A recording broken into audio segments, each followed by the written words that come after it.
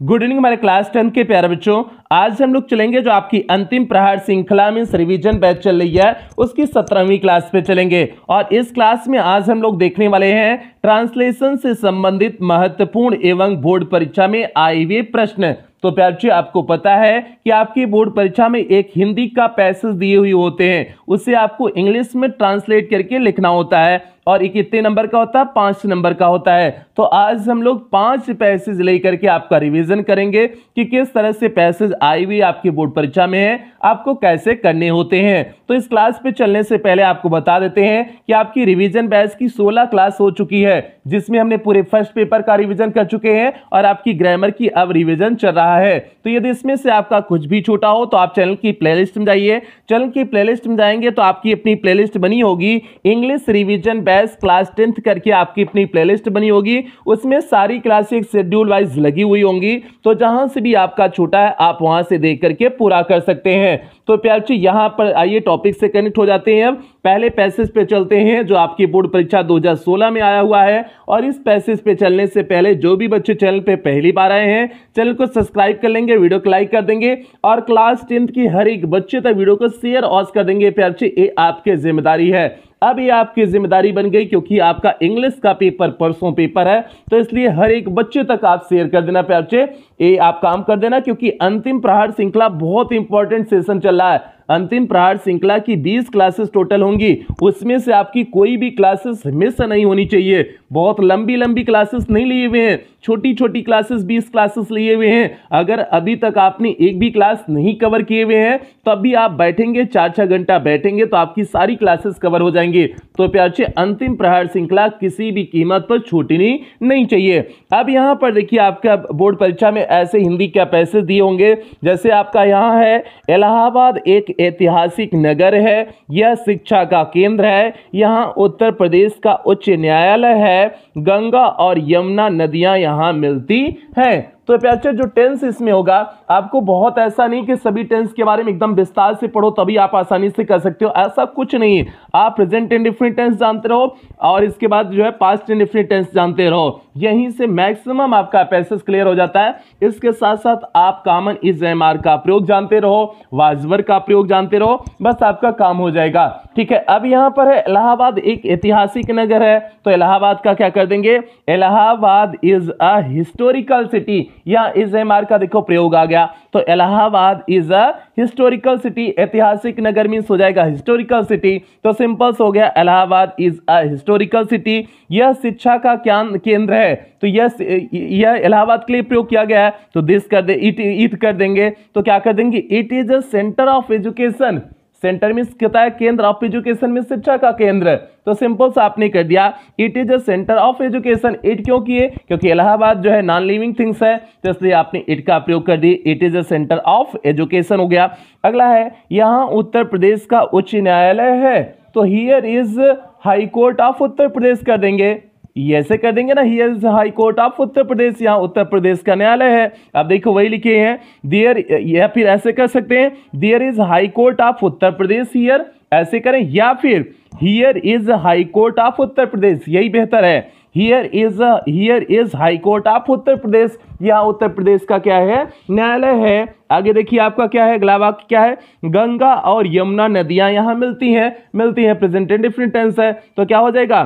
The Ganga and the Yamuna rivers meet here. अब जो है रिवर्स था तो आपका प्लूरल था, तो आप उसमें मीट में यस या यस नहीं लगाओगे, मीट हियर कर दिया आपने, हो गया the Ganga and the Yamuna rivers meet here, means Ganga और यमुना नदियां यहाँ क्या करती हैं? मिलती हैं। तो प्यारे, आपने आसानी से जो है 4 लाइन की लाइन को आपने आसानी से ट्रांसलेट कर दिया और 5 नंबर आपके पक्के हो गए। बहुत सिंपल सा होता है, बस इसमें आपको वर्ड पावर होना चाहिए। जैसे ऐतिहासिक नगर, हिस्टोरिकल जो है सिटी आपको पता होना चाहिए, हिस्टोरिकल सिटी ऐतिहासिक नगर होता है। ये जो शब्द होते हैं बस इससे आपको अगर पता है तो आप आसानी से कर ले जाओगे। अब इस शब्द के लिए तो अगर, और इसमें भी अगर आपको शब्द का जो है इंग्लिश नहीं आ रहा है तो आप वही हिंदी ही लिख दो, उसी जो हिंदी है उसी को हिंदी को इंग्लिश में ही लिख दो, तब भी आपका काम हो जाएगा। अब भाई गलत तो होगा, लेकिन फिर भी जो है फिर भी मान लिया जाएगा कि बच्चों को नहीं आ रहा था, कुछ न कुछ सिंपैथी दिखा दी जाती है। तो इसलिए बच्चे अगर आपको इंग्लिश उस शब्द की नहीं आ रही तो उस शब्द का जो हिंदी है उसी को इंग्लिश में आप लिख देना, आपका काम हो जाएगा। आगे चलते हैं, दूसरे पैसेज की तरफ बढ़ते हैं। 5 पैसेज लिए हुए हैं, जल्दी जल्दी पांचों पैसेज का रिवीजन कराएंगे। और बच्चे ये पैसेज वही पैसेज हैं जो हमने आपको पहले करा चुके हुए हैं, अब आपको क्विक रिवीजन करा रहे हैं। अब बच्चे यहां पर देखिए, ये 2016 में आया हुआ प्रश्न था, ये 2016 यूपी बोर्ड में आया हुआ था।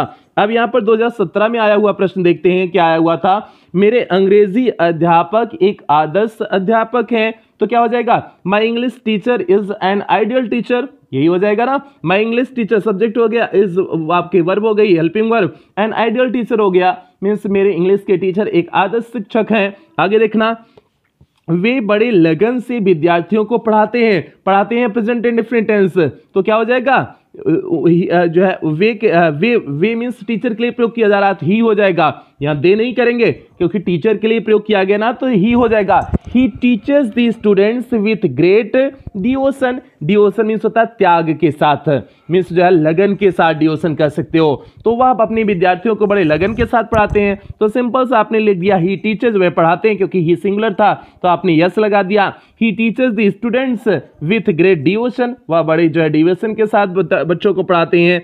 आगे देखिए आपका है, वे बहुत ही स्वानुशासित, कर्तव्यपरायण तथा परिश्रमी हैं, तो क्या हो जाएगा, ही इज, इसमें भी हो जाएगा, he is a very self discipline, means स्व अनुशासित, वही सेल्फ डिसिप्लिन हो जाएगा।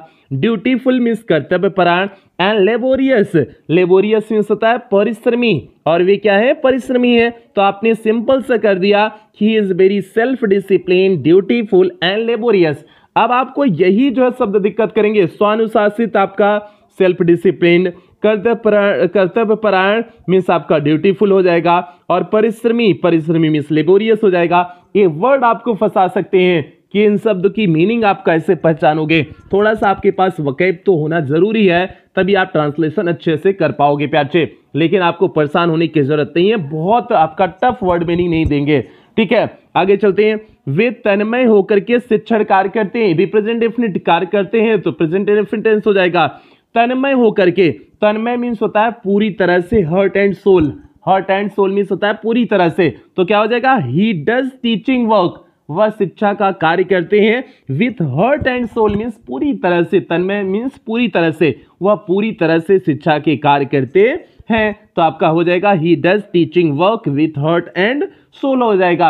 आप इस तरह से प्यार चेक कर देंगे, आपका दूसरा पैसेज भी आपने ट्रांसलेशन कर दिया, इसी तरह से आपको बोर्ड परीक्षा में करने। आप बताओ कहां पर हमने कौन सा टेंस बहुत खास वाला लगा दिया, हमने इस एमआर का प्रयोग कर रहे हैं, उसके बाद जो है आपका सिंपल से प्रेजेंट इंडेफिनिट टेंस में कोई आ जा रहा है या फिर पास्ट इंडेफिनिट टेंस में आ जाएगा, बस इतना ही आपकी बोर्ड परीक्षा में आएगा, इससे अतिरिक्त और कुछ नहीं आता है। तो इसलिए आपको ज्यादा परेशान होने की जरूरत नहीं है, इसमें ट्रांसलेशन वाले टर्म आपको ज्यादा परेशान होने की जरूरत नहीं है, बस आप ऐसे कॉन्सेप्ट बनाए रखना, एक एक शब्द को तोड़ करके आप आसानी से करना, आसानी से हो जाएगा। आगे चलते हैं प्यारे, अगला है, अगला पैसेज नंबर 3 है, ये 2018 में आया हुआ प्रश्न है, राम ने अपने पिता के वचनों का परिपालन किया, तो प्यारे क्या हो जाएगा, अब यहां पर हो जाएगा राम केप्ट, केप्ट मीन्स होता है कीप का सेकेंड फॉर्म केप्ट होता है, परिपालन किया ना, present indefinite, past indefinite tense हो गया, और पास्ट इंडेफिनिट टेंस में आप वर्ब की सेकेंड फॉर्म का प्रयोग करते हो, तो इसलिए हमने रख दिया राम केप्ट दी प्रॉमिस, राम ने वादा निभाया, ऑफ हिज फादर अपने पिता का, मीन्स अपने पिता का वादा उन्होंने क्या किया, निभाया, राम ने अपने पिता के वचनों का परिपालन किया, परिपालन करना मतलब हो जाएगा वादा निभाना, तो आपने क्या कर दिया, Ram kept the promise of his father, means Ram ने अपने पिता का वादा निभाया। आगे चलते हैं, वह 14 वर्ष के वनवास के लिए तैयार हो गए, तो प्यारे 14 वर्ष के लिए वनवास के लिए राम तैयार हो गए थे ना, तो तैयार हो जाना क्या हो जाएगा, रेडी हो जाना, तो क्या हो गया, he was ready to exile, exile means होता है वनवास।